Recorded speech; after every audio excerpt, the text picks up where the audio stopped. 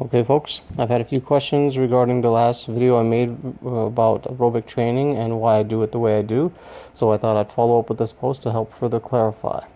I'll try not to get too detailed into the physiology of everything for now, as I'll probably do more of a breakdown in future posts, so let's get right into it. Why aerobic training? Well, there are three main energy systems the body utilizes to perform any kind of exercise. You got your aerobic training system, your anaerobic lactic, and your alactic training systems. I will make videos about these last two energy systems in the future, so I won't get too into them for now. Now, with any kind of exercise, the aerobic system is the one energy system that will not only be utilized for performance, but for recovery as well. So whether you are sprinting, playing basketball, soccer, hockey, powerlifting, etc., the more efficient this training system is, the faster your recovery will be for repeatability for peak performance during whatever activity you are doing at the time. What do I mean by repeatability for peak performance? Let's take a shot putter, for example. At any given meet, a shot putter will have multiple attempts to throw the shot put as far as possible. Having a more efficient aerobic system will allow the athlete to recover between throws so that he or she will be better able to hit their max distance for that day. What are some of the physiological changes that occurs in your body from this type of training? So I've listed three examples of this. There are obviously many more, but I just gave you three just to start with.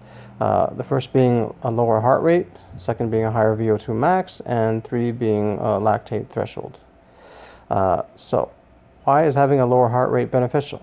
Well, the heart is a muscle, and like every other muscle in your body, it has a purpose. What's the purpose? It's to help pump oxygenated blood to the entire body. That being said, if you can increase the amount of blood it can pump out with every stroke, then it won't have to work as hard. What's the VO2 max and its importance? VO2 max is basically a measure indicating the maximal amount of oxygen your body can deliver to muscles during exercise. So therefore, an increase in VO2 max would increase the amount of oxygen being delivered, which in turn would allow for better performance. What is lactate threshold?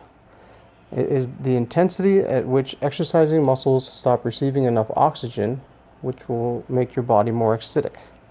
It's that nauseous vomiting feeling you can have during exercises at high intensity levels, and not that DOMS feeling you get 1 to 2 days after a workout. I'll get into a little bit more about that in a future post, so I'm not going to really get into it too much for now. Let's move on to the methodology of the aerobic training that I'm doing. The first question, why mouth taped? Well, simply put, it makes your breathing more efficient. When exercising, we normally take in all of our oxygen through our nose and expel most, if not all, of our carbon dioxide through our mouth. This is especially more apparent as the intensity of the exercise increases and or fatigue is setting in.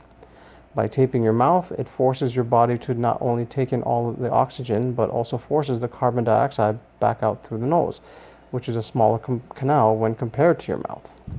In order to ensure you're maximizing each breath, your body will also have to become more reliant on your diaphragm for belly breathing. In terms of vascular changes in your body, you will likely see an increase in heart size. An increase in heart size will cause more blood to be pumped out per beat, which is what stroke volume is there. An increased stroke volume will in turn allow for your heart to not have to pump as many times, which again is lowering your heart rate.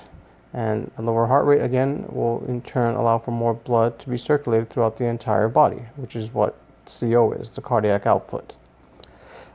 Next question, why upper lower body split? Well, let's compare it to a standard cardiovascular exercise like running on a treadmill, for example. Whenever you're running on a treadmill for 30 minutes or longer at a steady pace, there's a certain demand being placed on the cardiovascular system. But because there's no change in pace, your body will adapt to it a lot easier, as it's not nearly as demanding as doing, say, an upper body exercise like a bench press, followed immediately by a lower body exercise like a back squat. When doing the bench press, most of the blood is being forced into your chest, lats, delts, and triceps, whereas when you switch back to doing a back squat, the blood is then being forced into your lower extremities. By doing it this way, your body has to work harder to meet the demands being placed on it, which then forces your cardiovascular system again to become more efficient. Why a slower speed and lower intensity?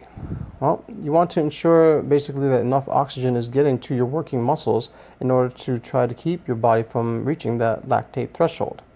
If you're exercising at an intensity speed to which your body cannot deliver enough oxygen to your muscles, then your body will enter that acidic state. Again, that nauseous, dizziness, vomiting, burning sensation that you can feel when you're exercising at higher intensities. The lactate will actually be used as a buffer to help you continue to exercise by taking away some of the acidity in your body. Unfortunately, lactate will only act as a temporary buffer before you would have to stop exercising. Therefore, being able to have a higher lactate threshold will allow you to exercise at a higher intensity for a longer period of time before you would have to stop. So there you have it, guys. I hope this explains things a bit better. And of course, if there are any more questions, comments, or concerns, feel free to leave them below, and I'll do my best to get back to you as soon as possible. Have a good night, guys.